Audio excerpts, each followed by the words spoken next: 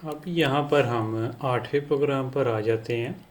अब 8वें प्रोग्राम पे क्या हमें कह रहा है, write a program to calculate income tax based on income brackets. उसने ये कंडीशंस दी हैं कि अगर आपका इनकम है ना 5,000 से कम या उसके इक्वल है तो टैक्स नहीं लगता। 10,000 तक है, 5,000 से ज़्यादा है और 10,000 से कम है तो 10% लगेगा। अगर 20,000 से कम है लेकिन 10,000 से ज़्यादा है तो 20%, और अगर 20,000 से ज़्यादा है तो 30%। सिंपल है बहुत ही ये भी। पहले तो आप एक वेरिएबल बनाओ जहाँ पर आपने यूज़र से इनकम आपने अपना स्टोर करवाना है, ठीक है ना। इफ़ कंडीशन लगा दी आपने कि अगर 5,000 के इक्वल है या उससे कम है तो टैक्स ज़ीरो हो जाएगा। टैक्स नाम का वेरिएबल भी बना लो आप एक, ठीक है ना। आप अगर चाहो ना तो सीधे स्टेटमेंट प्रिंट भी करवा सकते हो, ठीक है। लेकिन मैं चाह रहा हूँ कि मैं है ना जो टैक्स है ना उसको भी प्रिंट करवाऊँ यहाँ पर, ठीक है। अब ये प्रिंट आप यहाँ पर ना फॉर एग्जांपल लिख सकते हो कि अगर टैक्स 10,000 से क्या कहते हैं कम या इक्वल है तो यहाँ पे आप सिंपली इसकी जगह आप यहाँ पे लिख सकते हो कि प्रिंट टैक्स इज़ 10%। ये भी ठीक है, ठीक है ना। लेकिन मैं टैक्स प्रिंट करवाना चाह रहा हूँ एक्चुअल कैलकुलेट करके, इसीलिए मैंने ये लिखा हुआ है यहाँ पे। क्या करते हैं आप जो आपकी जितनी भी लाइक अमाउंट होगी ना उसको 0.10 से मल्टीप्लाई करोगे, ठीक है ना। अगर ये 10,000 से क्या कहते हैं ज़्यादा होती है लेकिन 20,000 से कम होती है तो 20% आपने टैक्स लगाना है। अगर 20,000 से भी ज़्यादा होती है, ठीक है ना, 20,000 से ज़्यादा हो जाती है तो फिर आप 30% लगाओगे। ये कंडीशन दी गई थी हमें। इसको अगर आप रन करके देखो प्रोग्राम को तो इनकम यहाँ पे आप सपोज़ करो 30,000 लगा देते हो, ठीक है ना। तो उस पर इनकम टैक्स है 9,000 आपको टैक्स देना पड़ेगा, ठीक है। ये आपने लाइक सिंपल सा प्रोग्राम है ये, इसमें कोई इतना मुश्किल था नहीं वैसे ना। अच्छा, अब अगर हम आगे आएँ यहाँ पर आपका जो है नवा प्रोग्राम है, ठीक है ना। Write a program that uses a match statement to take a month number and print the number of days in that month, ठीक है ना। लेकिन लीप ईयर आपने स्किप करनी है। यहाँ पर उसने बताया कि आपने मैच स्टेटमेंट यूज़ करनी है, जो मैंने आपको बताया था कि लूप से बेहतर है थोड़ी सी ना। यहाँ पर सबसे पहले तो आप एक मंथ नाम का वेरिएबल बनाओगे जहाँ पर आपने लाइक वैल्यू स्टोर करनी है। यूज़र से इनपुट जो लेगा वो आप स्टोर करोगे। अब मैच मंथ, ठीक है ना। अब आपने लीप ईयर्स ना इग्नोर करनी हैं। सबसे पहले तो केस वन बनाया आपने जिन मंथ्स के अंदर ना 31 डेज होते हैं। आपको पता है जनवरी में होते हैं, मार्च में, ठीक है ना। इस तरह करके ये हैं सारे जो इन माह के अंदर अगर यूज़र ये वैल्यू इनपुट करता है, ठीक है ना, तो प्रिंट क्या होगा 31 डेज। अगर ये करता है 30 डेज, अगर ये करता है तो 28 डेज, ठीक है ना। फेबररी के अंदर क्योंकि 28 डेज होते हैं। अगर सारा कुछ फेल हो जाता है ये, ठीक है ना, तो इनवैलिड मंथ जो डिफ़ॉल्ट केस चला रहे हो, अगर आप 13 एंटर कर देते हो, 14 एंटर कर देते हो, 12 महीने होते हैं ना ऑब्वियसली। कोई आपने एक लाइक फेल सेफ लॉजिक भी बनाना है। 9.5 लिखा, प्रोग्राम चला के देख रहे हैं यहाँ पर हम। यहाँ पर आपने ना उसके बाद फिर बस लाइक इनपुट देना है इसको ना। मैं सपोज़ करो 2 लिखता हूँ, मतलब फेबररी, फेब में 28 डेज, ठीक है ना। सपोज़ करें मैं यहाँ पे गलत इनपुट देता हूँ, मैं 13 दे देता हूँ उसको, इनवैलिड मंथ, ठीक है ना।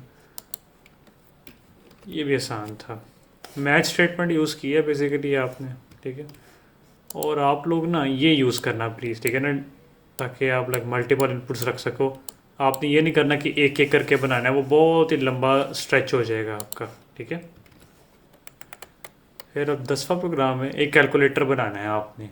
बेसिकली सिंपल सा ना, ये मैच स्टेटमेंट यूज़ करके क्या करोगे आप। सबसे पहले तो यूज़र से इनपुट लेना है आपने, ए बी, ठीक है ना, दो नंबर्स लेने हैं आपने। फिर ऑपरेटर भी लेना है आपने कि आपने प्लस करना है, माइनस करना है, डिवाइड करना है, मल्टीप्लाई करना है, ठीक है ना। फिर मैच स्टेटमेंट यूज़ करनी है। अगर यूज़र ये प्लस एंटर करे तो आप दोनों नंबर्स को ऐड कर दो, प्रिंट करवा दो आंसर। ये करे तो ये करे तो ये, इस तरह करो ये। और एक स्पेशल केस भी बनाया है मैंने, ठीक है ना, कि अगर लाइक यूज़र ज़ीरो से डिवाइड करने की कोशिश करे तो एरर प्रिंट करते ही, ठीक है ना। अगर यूज़र, आप सपोज करो ये ऑपरेटर्स की जगह ना कुछ और लाइक एंटर कर देता है, तो फिर क्या होना चाहिए? डिफ़ॉल्ट केस क्या होगा? अगर ये सारी चीज़ें फ़ेल हो जाएं, आपकी सारी कंडीशंस फ़ेल हो जाएं, तो फिर इनवैलिड ऑपरेटर, ठीक है ना। इसे यहाँ पर जाते हैं, 10.py लिखते हैं। अब मुझसे वो एक नंबर मांग रहा है, मैं एक दे देता हूँ उसको, मैं 5 देता हूँ। अब मुझसे ऑपरेशन मांग रहा है, मैं कहता हूँ मैंने इनको सब्ट्रैक्ट करवाना है। उसने आंसर दे दिया मुझे -4। सपोज़ करें मैं यहाँ पर अगर पहले 2 नंबर इनपुट करता हूँ, अब मुझसे ऑपरेशन मांग रहा है, लेकिन मैं नंबर दे देता हूँ उसको, इनवैलिड ऑपरेटर प्रिंट करवा दिया उसने, ठीक। ये भी सिंपल था। Write and run a program that reads the 6-digit integer and prints the sum of its 6 digits। कह रहे प्रोग्राम राइट करें जो एक 6 डिजिट का इंटीजर है ना उसको प्रिंट करता है, और उसके 6 डिजिट्स है ना उनका करवाता है सम। यार ये ना प्रिटी सिमिलर है इस वाले के, ये जो हमने काफ़ी ऊपर करके प्रोग्राम किया था ना, ये वाला, इसमें भी हमने डिजिट्स एक्सट्रैक्ट करने और फिर उनका सम प्रिंट करवाना है। वो 3 डिजिट्स वाला था, ये 6 डिजिट्स वाला है। फ़र्क कितना सा है, आप वही सेम चीज़ें करोगे, ठीक है ना। मैं इसको इतना ज़्यादा डिटेल में नहीं जाऊँगा। पहला है उसको आपने 6 डिजिट से किया, फिर 5 से, फिर 4 से, 3 से, 2 से, 1 से, सारा किया आपने और फिर एक्सट्रैक्ट कर लिया। चला के देख लेते हैं मतलब 11.5 नंबर एंटर करना है, 5 6 7 8 9 0, ये किया, इस सारों का सम कर दिया इसने एक्सट्रैक्ट करके नंबर्स को।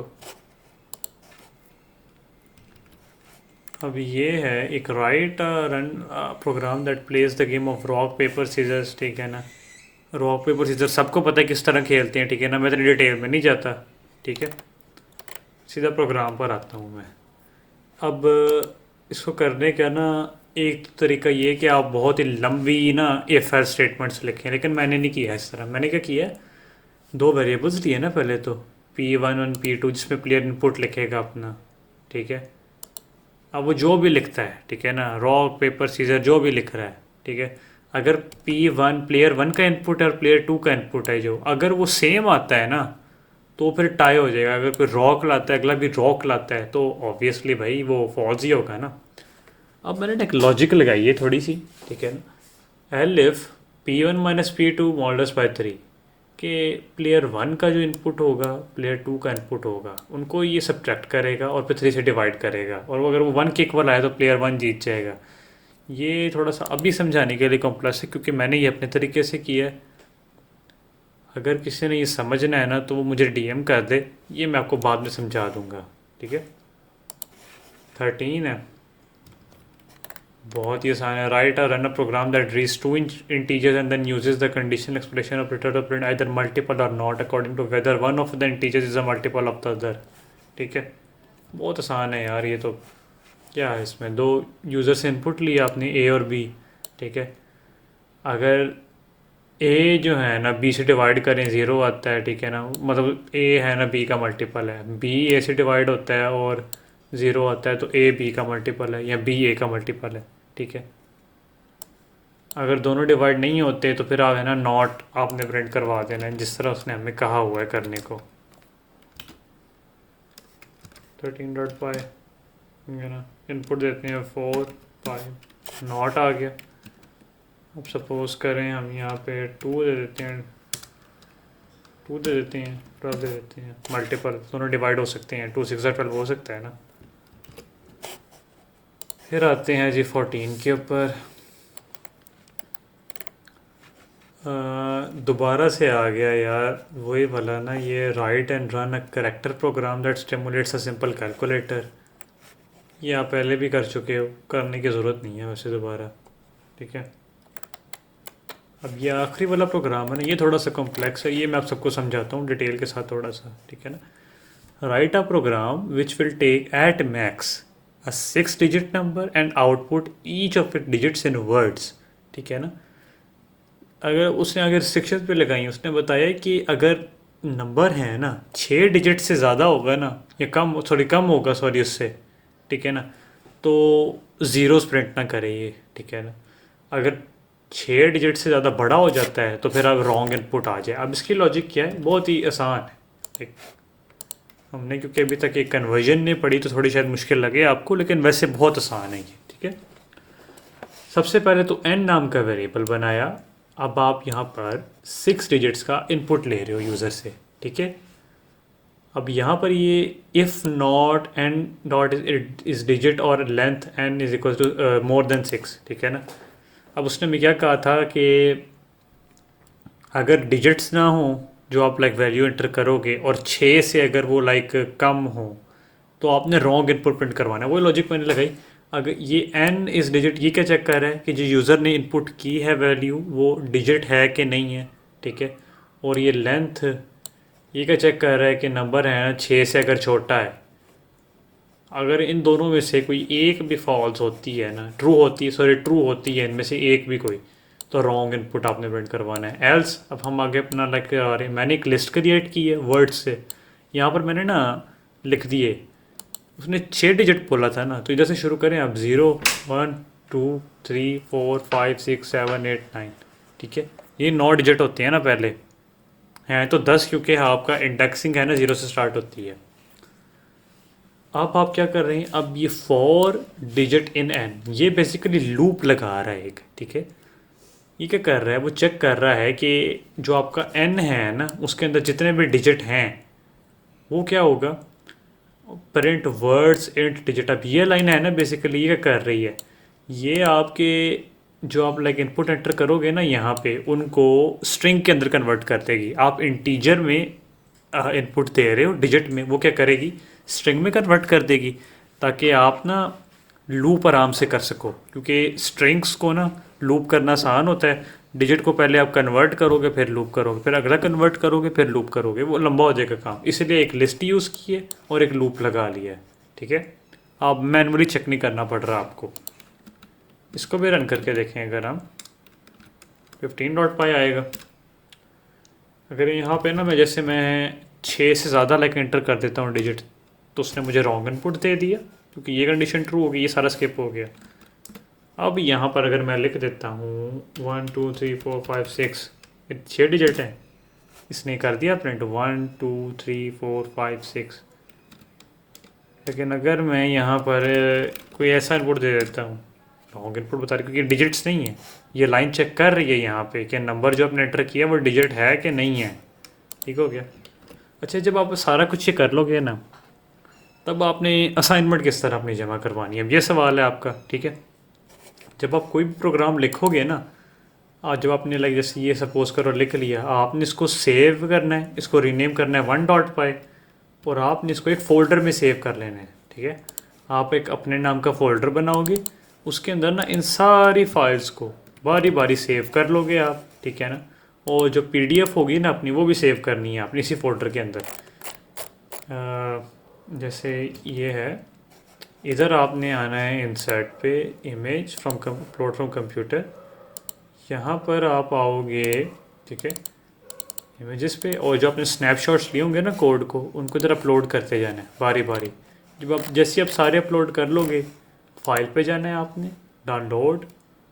ठीक है ना, डाउनलोड एज PDF डॉक्यूमेंट, और उसके बाद सिंपली आपने उसको रीनेम कर लेना अपने नाम के साथ। ठीक है, जब आपका फ़ोल्डर बन जाएगा ना, आपने एक एप्लीकेशन इंस्टॉल करनी है। अब जो एप्लीकेशन का नाम है ना वो है WinRAR। ठीक है, उसको जब मैं आपको इंस्टॉल करके दिखा देता हूँ। WinRAR जैसे ही आप इंस्टॉल कर लोगे ना, इधर आना है आपने डाउनलोड्स पे, इधर से आप डाउनलोड कर लेना इसको। ठीक है ना, इसको आपने डाउनलोड करके ना इंस्टॉल कर लेना। ये जैसे इंस्टॉल हो जाएगी ना, मिनट का काम है, जैसे इंस्टॉल हो जाएगी, अब आपने वापस जाना है अपने उस फोल्डर के अंदर। ठीक है, इस पर राइट क्लिक करोगे, आपको एक ऑप्शन मिलेगा ऐड टू, और फाइल का नेम लिखा होगा .rar। ठीक है ना, .rar में आ रहा होगा। ठीक है ना, आपने ये सिलेक्ट नहीं करना, हमें स्पेसिफिकली कहा गया कि जिप में करना है, लेकिन आप RAR में कर दोगे ना तो भी कोई लाइक फ़र्क नहीं पड़ेगा। लेकिन अगर आपने जिप में ही करना है तो आप इधर होगे ऐड टू आर्काइव, फॉर्मेट होगा ना, जिप पे करो, ओके कर दो, ये फाइल आपके पास एक आ जाएगी। अब आपने अपने वापस क्लासरूम वाले पेज पे जाना है। जो क्लासरूम वाला पेज है ना दिया हुआ है, इधर आ रहा है ऐड और क्रिएट का ऑप्शन, इधर जाओ, फाइल, ब्राउज पे जाना है आपने, और अब आपने यहाँ पर आके ना ये फ़ाइल अपलोड कर देनी है। ठीक है, जैसे ही अपलोड हो जाएगी ये, आप एक मेक श्योर कर लेना कि आपने सारी फाइल्स कोड की भी अंदर रखी हैं और आपने अपनी पीडीएफ फाइल भी उसके अंदर ही रखी है। इधर आपने अपलोड करनी है, टर्न इन का ऑप्शन करना है। ठीक है ना, ये आपकी ना अब सबमिट हो गई है। अगर किसी का कोई भी और सवाल है ना तो वो मुझसे बाद में काइंडली पूछ ले। ठीक है ना, वीडियो मैं यहीं पर एंड कर रहा हूँ। ठीक है ना, thank you very much for watching. खुदा हाफिज़।